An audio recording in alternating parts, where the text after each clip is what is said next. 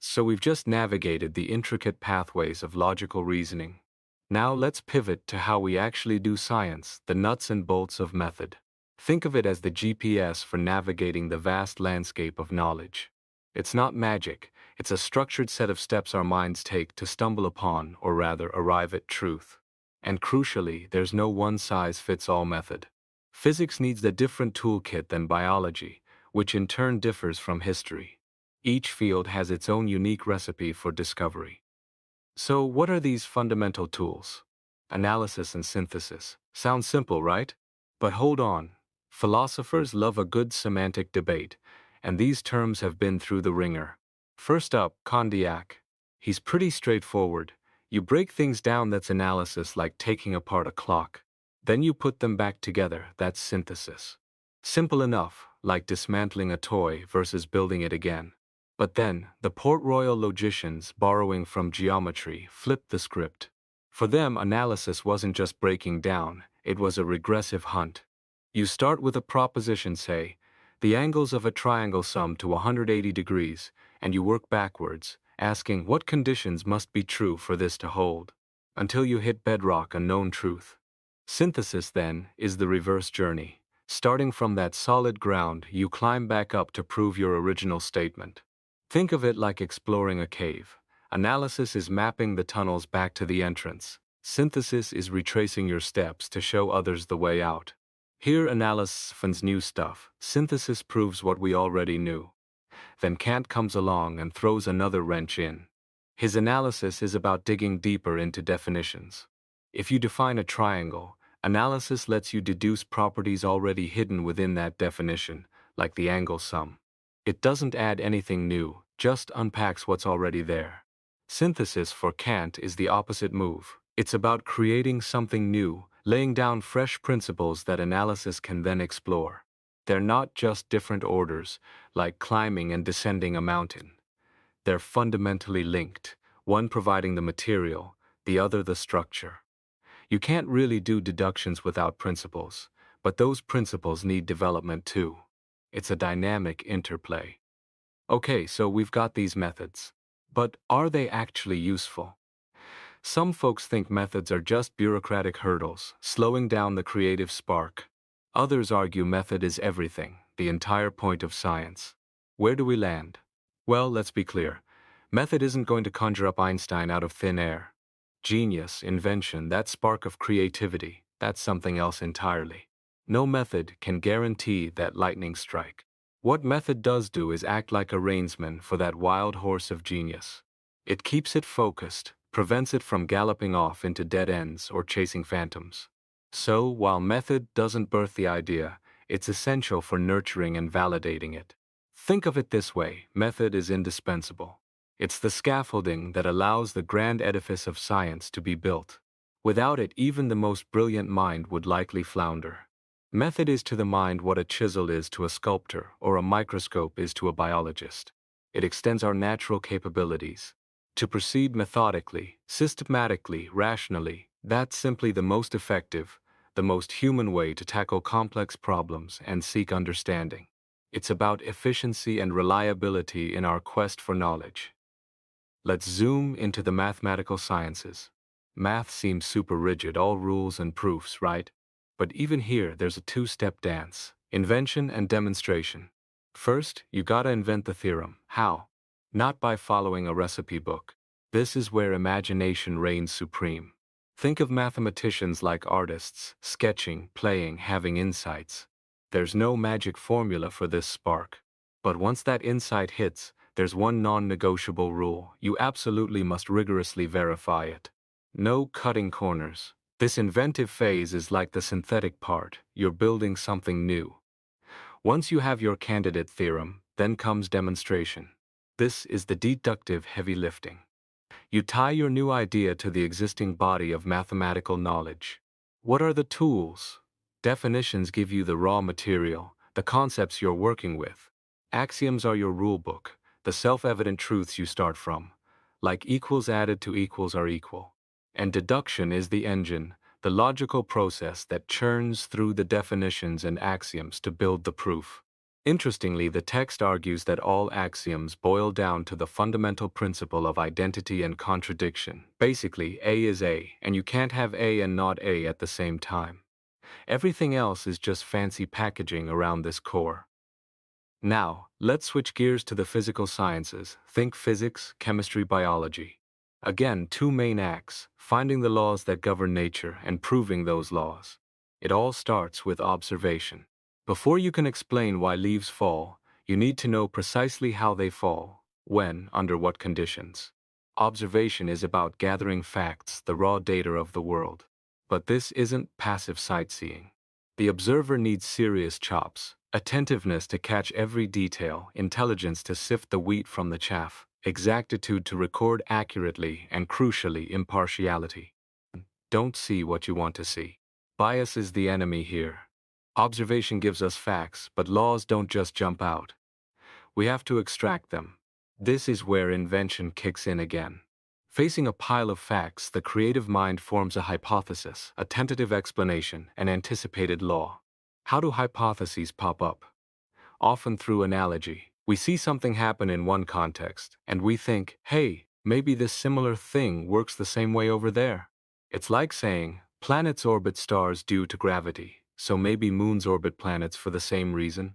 Analogy is powerful, but it's not pure logic. Sometimes it's just a lucky guess, a spark of creativity. A hypothesis is basically a law waiting for its driver's license, verification. So hypotheses are vital, but they're also risky. Philosophers sometimes distrust them, fearing we mistake fancy ideas for reality. But as the text argues, we can't get anywhere without them. Laws don't just hand themselves over.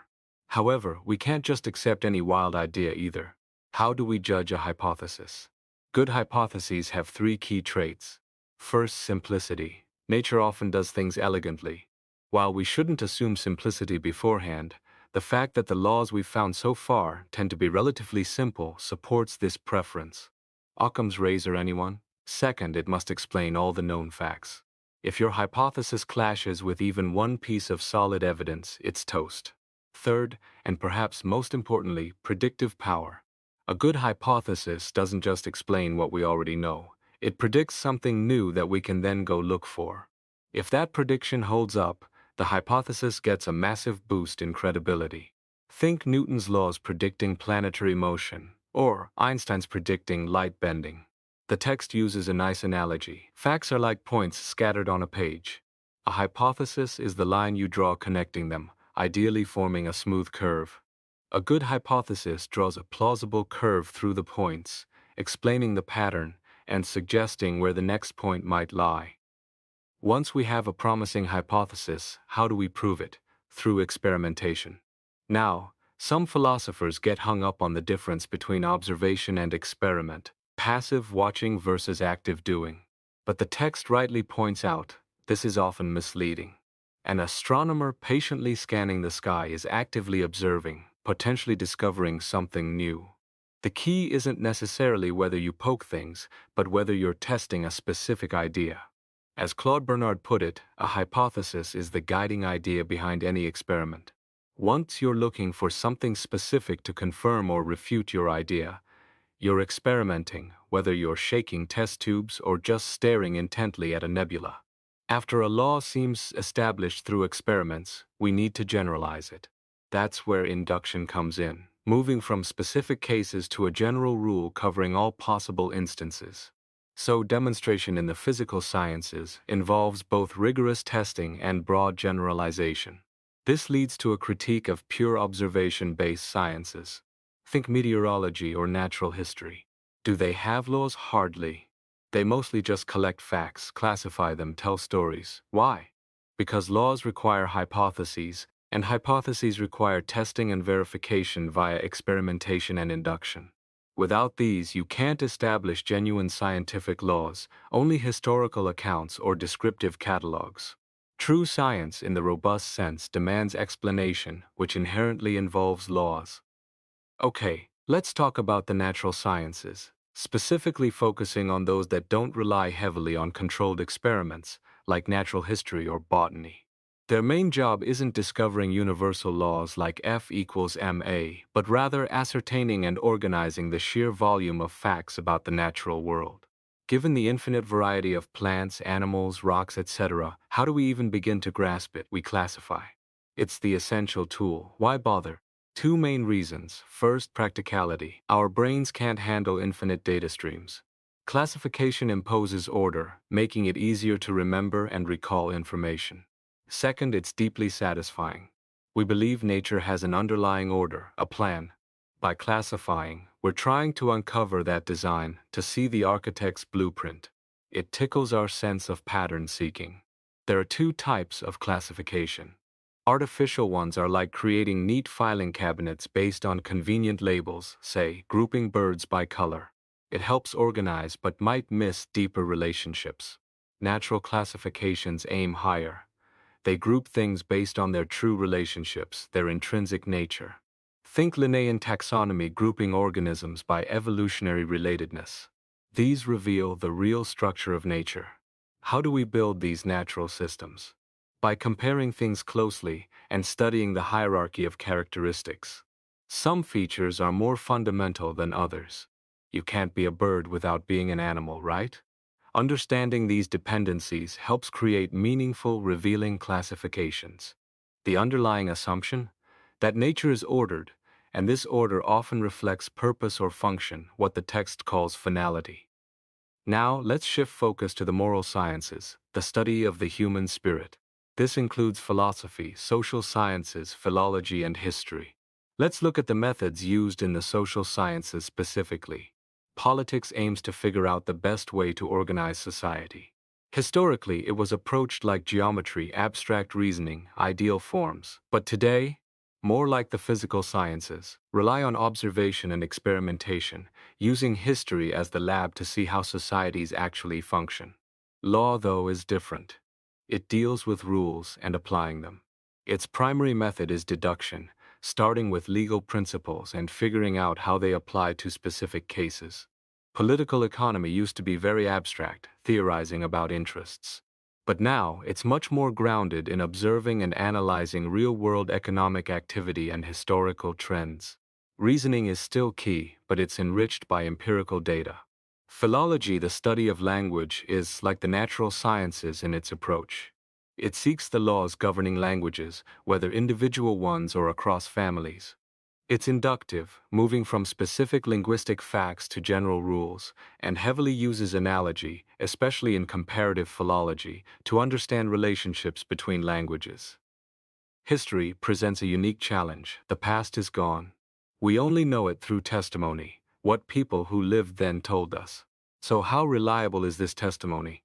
The text explores this carefully. Some philosophers, like Reid, argued testimony rests on basic instincts. We naturally tend to tell the truth, honesty, and believe others unless we have reason not to credulity. Plausible, maybe, but human instincts are often overridden by conscious choices, education, skepticism, or bias. So relying solely on these instincts isn't enough. When do we trust someone? Only when we have good reason to believe they aren't mistaken or deliberately lying. This depends on the specifics. If one person testifies, we need to check their competence. Do they actually know what they're talking about? And their potential bias. Even if they seem honest, personal motives could cloud their judgment. What if multiple witnesses agree? That increases confidence, but we must also check if they're colluding, sharing a hidden agenda. Crucially, we also need to evaluate the facts themselves. Does the testimony describe something physically possible? Does it align with what we know about the period? Does it contradict other established facts? We can't just swallow anything reported. So testimony is absolutely essential for historical facts. But remember, facts are one thing. Ideas or interpretations built on them need their own kind of validation, demonstration, not just authority. What's the historian's ultimate goal? Not just listing dates and events, but bringing the past back to life. It's about the particular, the unique circumstances of a time and place, highlighting how different periods are. Life, after all, is found in the specific, not the abstract generalities studied by other sciences. But showing differences is only half the story. History also needs to explain how one era evolved into another. Where does the historian get this material? Mainly from three sources, all forms of testimony. 1. Legends, stories passed down oral or written. Even if false, they exist and tell us about beliefs of the time. We need to respect them, interpret them, figure out why they arose. 2. Monuments, physical relics, temples, tombs, inscriptions. These need to be authentic authority and sincere sincerity. Be wary of monuments built by vain or regretful survivors. 3. Documents, memoirs, official records, journals, even literature. These are gold mines for understanding the spirit of an age. But gathering facts isn't enough. The historian must reconstruct the past. This involves imagination, filling gaps, interpreting ambiguous clues. It's like forming a historical hypothesis based on limited evidence. Once formed, this hypothesis must be demonstrated. Does it fit known patterns? Does it explain the facts? Ideally, does it lead to new discoveries, like historical experimentation? Critics argue history is inherently unreliable because facts get distorted over time. But the text pushes back. Historians can and should critically assess sources. When trust is well placed, historical findings can be as certain as those in other sciences. History deserves to be counted among the sciences. All right, let's switch gears completely to language. How do we bridge the gap between our private mental worlds? Leibniz called us monads, isolated little universes with no windows onto each other. So, how do we communicate? Through signs, external phenomena we agree upon to stand for internal states. A system of these signs is language. And while we usually think of spoken words, the text broadens this to include any sign system, like sign language. Scholars often distinguish natural signs from artificial ones. Natural ones seem spontaneous, like a smile meaning happiness. Artificial ones are deliberate constructs, developed through thought and culture, like vocabulary. But here's a crucial point. The idea of natural signs in the sense of innate understanding is challenged. Children laugh when happy spontaneously, sure, but do they understand laughter as a sign of joy from the start? Experience teaches them that. Imitation explains a lot. See someone cry, you might cry too. There's no solid proof children possess an instinctive grasp of the sign meaning relationship from birth. Signs are natural in being spontaneous behaviors, not necessarily in being understood instinctively. So if language isn't innate or divinely bestowed, how did it arise? One philosopher, Bonald, argued it was impossible for humans to create a sign system without already having one. How could you agree on symbols without communication? He concluded language must be divine revelation. The text dismisses this as a weak argument, comparing it to needing pliers to make pliers. Nature provides the raw material, physiological responses, like sounds, gestures that accompany our mental states. With intelligence, we learn to use these as signals. If God gave us the capacity for understanding these connections, surely we had the capacity to build a system ourselves. Two other possibilities are also rejected. Either language popped up fully formed with the first humans, assuming innate natural signs, or it was created slowly over time. Renan argued the latter, pointing out imperfect languages exist today, implying they weren't perfected gradually. But the text counters that imperfection doesn't negate a slow reflective origin. Language wasn't handed down from a genius or revealed supernaturally. The accepted view is that language emerged gradually through human reflection. People noticed that certain external cues consistently went with certain feelings or thoughts. They tried using these cues to communicate. It was probably clumsy at first, requiring immense effort, but over generations, signs became more complex, precise, and tailored to expressing nuanced ideas. Language is artificial in this sense, a product of human ingenuity and experience. Finally, let's consider the deep connection between language and thought. Can we think without signs? The text breaks this down into three types of ideas. For concrete, particular ideas like the idea of this specific table, theoretically, yes. If the table is present, I can just perceive it. If it's absent, I can recall its image. But this is mentally taxing. Signs help immensely. Instead of reconstructing the whole table in my mind, the word table acts as a trigger, pulling up all associated memories quickly. Signs make recalling particulars efficient. For abstract ideas like the concept of length, again, theoretically possible without signs. I can mentally isolate the length dimension of the table. But constantly doing this would be incredibly laborious. Language fixes these abstractions, giving them names so we don't have to rebuild them every time. But for general ideas like humanity, the idea of all humans, thinking without signs seems impossible. How could I mentally encompass all humans without using a sign like human or mankind? Words abbreviate this immense conceptual task. So the conclusion is clear. Thought without language is conceivable in theory, but it would be distorted, inefficient, and utterly impractical for progress. Language gives thought structure, prevents it from drifting away, and makes complex thinking possible. It grants ideas solidity and mobility. This leads to rejecting theories like Taine's that we think purely in signs. We always perceive an underlying idea behind the sign, even if it's vague. Words give ideas a body, a stable form, but they don't eliminate the need for the ideas themselves. Language aids thought profoundly, but it's not a complete substitute for the mental processes of thinking. That wraps up our look at method and language.